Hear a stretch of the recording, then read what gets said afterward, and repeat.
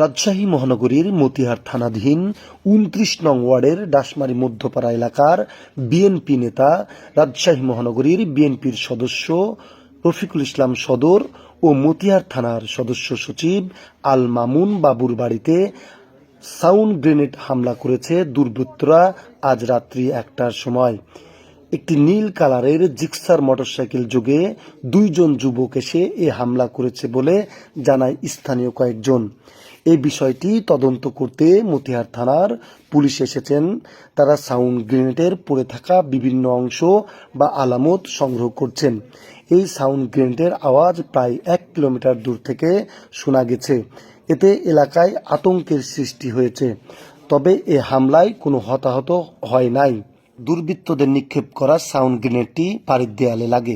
Sound গ্রেনেডটি নিরাপদে তারা এই প্যাকেটে বহন করেছিল। এতে কাঠের গুঁড়া আছে। দুর্বৃত্তদের যে যুবক দেখেছে তার বক্তব্য, আমরা দেখলাম যে দুজনা নির্জিক্সার গাড়ি নিয়েছে এই গেটের সামনে দাঁড়িয়ে, একজনের পিছ থেকে নেমে একটু ডিফারেন্স যায় দাঁড়িয়ে আপনার একটা আওয়াজ হলো। সেই আওয়াজটা আমরা ওই সাইডে দাঁড়িয়েছিলাম, দেখতে পেয়েছি এটুকুই, আর কিছু দেখতে পাই। ওরা উঠে ওই জিনিসটা মেরে গাড়িতে উঠে চলে গেছে, মুখ চুখ ঢাকা ছিল।